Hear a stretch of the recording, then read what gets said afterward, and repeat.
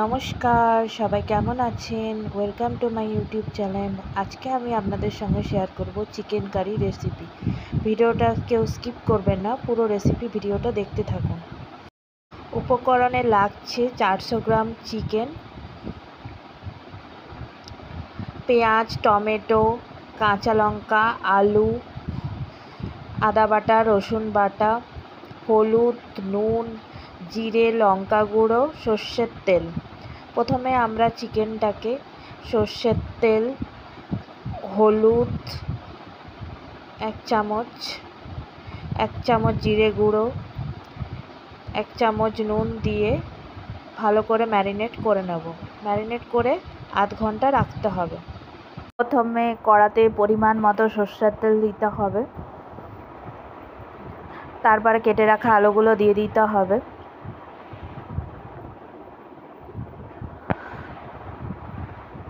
তারপর 1 চামচ হলুদ গুঁড়ো, নুন দিয়ে ভালো করে ভাজতে হবে লাল লাল করে। আমাদের ভাজা হয়ে এসছে, আলুগুলো ভাজা হয়ে গেছে। তারপরে কড়া বসিয়ে সর্ষের তেল দিতে হবে 50 গ্রাম মতো। তারপরে রসুন বাটা দিতে হবে। তারপরে পেঁয়াজ, টমেটো, কাঁচা লঙ্কা দিতে হবে। তারপরে 1 চামচ নুন দিয়ে কিছুক্ষণ নাড়াচাড়া করে তারপরে আদা বাটাটা দিয়ে দিতে হবে। তারপরে আবার কিছুক্ষণ ভাজতে হবে। তারপরে 1 চামচ হলুদ গুঁড়ো, 1 চামচ জিরে গুঁড়ো,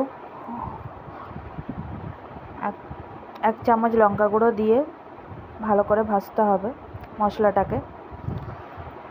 তারপরে ম্যারিনেট করা চিকেনগুলো দিয়ে দিতে হবে, দিয়ে মাংসের সাথে মশলাটা কষাতে হবে ভালো করে। তারপর ভেজে রাখা আলুগুলো দিয়ে দিতে হবে। তারপর কিছুক্ষণ ভেজে মশলার সঙ্গে তারপরে হাফ বাটি জল দিয়ে কষাতে দিতে হবে 5 মিনিট মতো। তারপর 5 মিনিট কষার পর 1 বাটি জল দিয়ে দিতে হবে, দিয়ে একটু ফুটলে ঢাকা রাখতে হবে। 10 মিনিট পর আমাদের মাংস হয়ে এসছে, আমাদের চিকেন কারি তৈরি হয়ে গেছে। ভালো লাগলে ভিডিওটি লাইক, শেয়ার, সাবস্ক্রাইব করতে ভুলবেন না। Thanks for watching. পরবর্তী ভিডিওতে আবার দেখা হবে। সবাই ভালো থাকবেন।